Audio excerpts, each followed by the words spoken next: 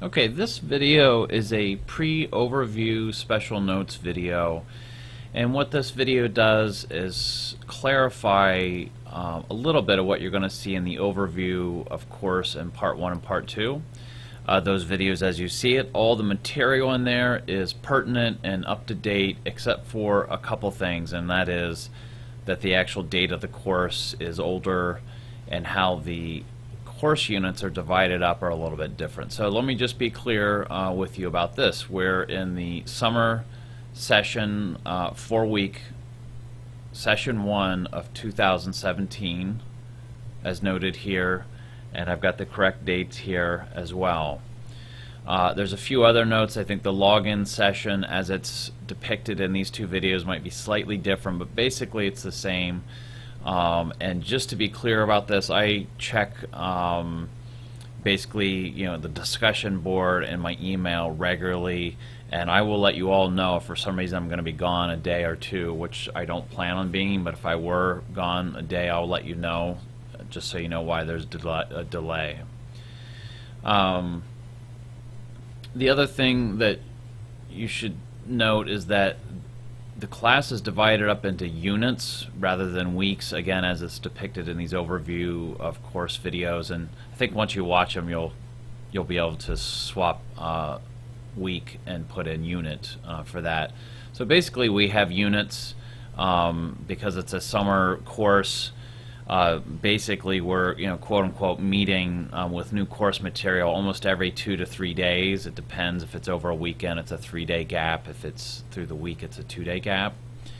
But I have all those divided up by units. So each new video that I give, each new set of readings, exercises, homework, presentation, tools, anything that's bundled up as like in a normal course in a week, instead will be labeled as a unit. And you can see we have unit 1, 2, and we go all the way to the last day, which would be unit 12.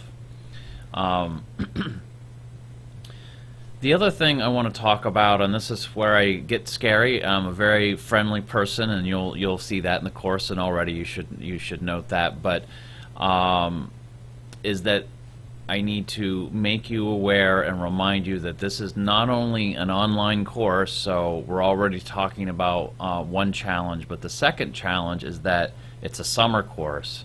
And not only is it a summer course, it's the shortest summer course shortest summer course format that's offered at this university. So we're doing it online, learning about XML, and we're doing it within 4 weeks time. So we're taking essentially a whole semester's worth of material, which is typically 13 to 14 weeks worth of material, and cramming it into 4 weeks.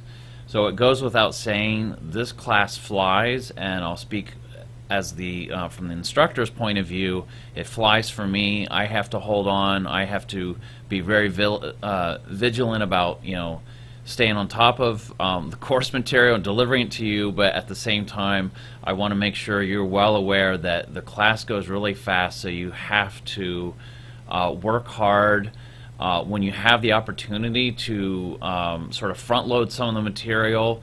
Do it if you have the time. But the main thing with this class, the material is challenging, but I'm sure you're all up for the task of learning it. The biggest challenge is just really managing your time, and I'm going to remind you of this probably in other videos, just because it's really an issue with these online, these summer classes and online too. But if you have done an online course before, hopefully some of the issues with learning online you've kind of dealt with those and gotten past those. But the 4-week class, if you've never done a summer class, they fly. And that's pretty much it. I want to just mention that in the overview I do mention that you should do 8 to 10 hours, and that still sticks for a summer course. So again, think about the time commitment up front.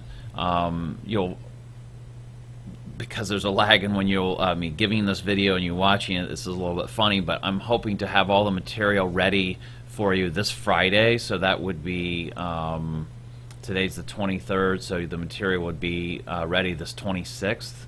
maybe even sooner. I know the class and the summer course doesn't start till May 30th, so I understand and I respect you if you want to do your Memorial Day weekend and enjoy that, please do. But any jump you can get on the course, again, because it's 4 weeks, is going to help. Even if you can get some of the readings out of the way, that will really help. One other thing is I don't have all the videos out. In fact, I tend to do one unit at a time. I'll sometimes release it early, but here you can see all the materials available. But then if you go to Unit 2, you're going to see readings, and those don't change. Basically, they don't change at all.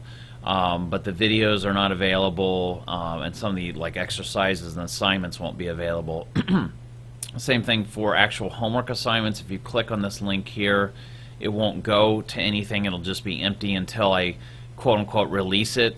And I will make you well aware once a homework's released. I will do it in advance, and it's always a minimum of 2 days or 1 unit ahead, but I try to do it 2 units ahead just so you have enough time to actually do the assignment and not rush through it. Again, as I scroll through here, you'll see there's a lot of empty holes here, there's no videos. Those will be released as the course goes along. I think it just helps all of us pace ourselves, sort of seeing only 1 or 2 units at a time available rather than the whole class being sort of thrown in your face all at once. So that's it for now. That's for the pre-overview special notes, and this time might change just slightly, but not much.